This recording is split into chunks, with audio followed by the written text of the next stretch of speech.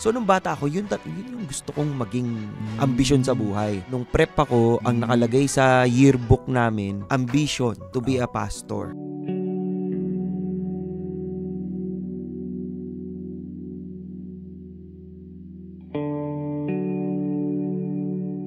Halos lahat ng Pilipino merong exposure sa religion yan. Alam nila yan, aware sila dyan. Pero yung totoong kilala mo siya, meron kayong intimate relationship ni God at yung buhay mo, it follows kung ano yung sinasabi ni God.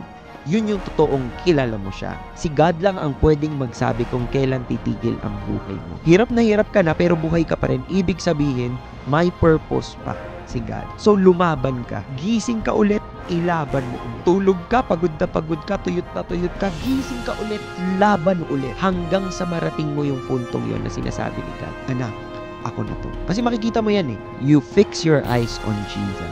Kasi sa panahon na yon, kapag putuningnan ninyo si Jesus at kanyang mga pinagdaanan to save us all from our sins, you can let go of all the encumbrances, the sin that so easily entangles you, and it allows for you to run with perseverance. Parang feeling ko, I'm so blessed, no? Kasi kasama ko ang isang pastor. Servant ni Lord. Parang iba yung feeling. Parang feeling ko, blessed ako. Parang ang bait-bait ko. Ganun ba yun? Christian ka na ba talaga noon? Or nagsimula ka bilang Catholic? Bali, nagsimula ako bilang fetus.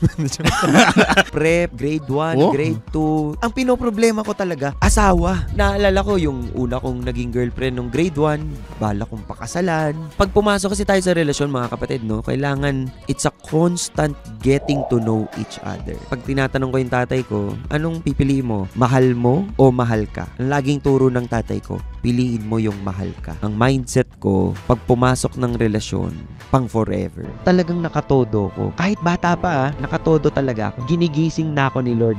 Meron na siyang mga ini-implant sa aking mga konsensya.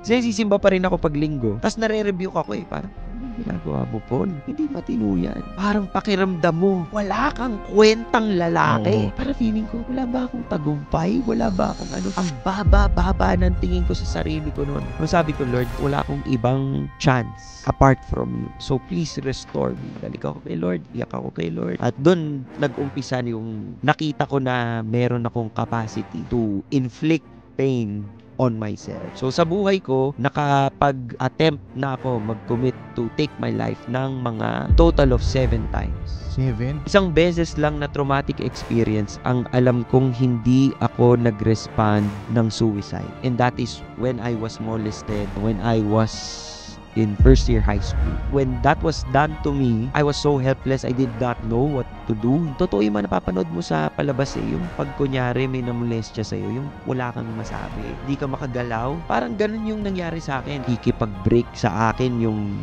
girlfriend ko nung bata ako. Ang solution ko is manakanakot ako to hurt myself, or kunyari tatalon ako sa bintana ng school, atake na ako ng kaaway, pinabayaan ako ni Lord, and then spiral down to depression. Hindi ko alam na depressed na ako. Hindi yun yung timeline ni Lord Hindi naman ikaw masusunod, si Lord I know Jesus is my Savior. He died for my sins. But I forgot that He should also be my Lord. And if He is my Lord, He is my Master, and it means I follow what He says. Many times, I follow what I feel. I follow what I think. Doon ako kinorek ni God.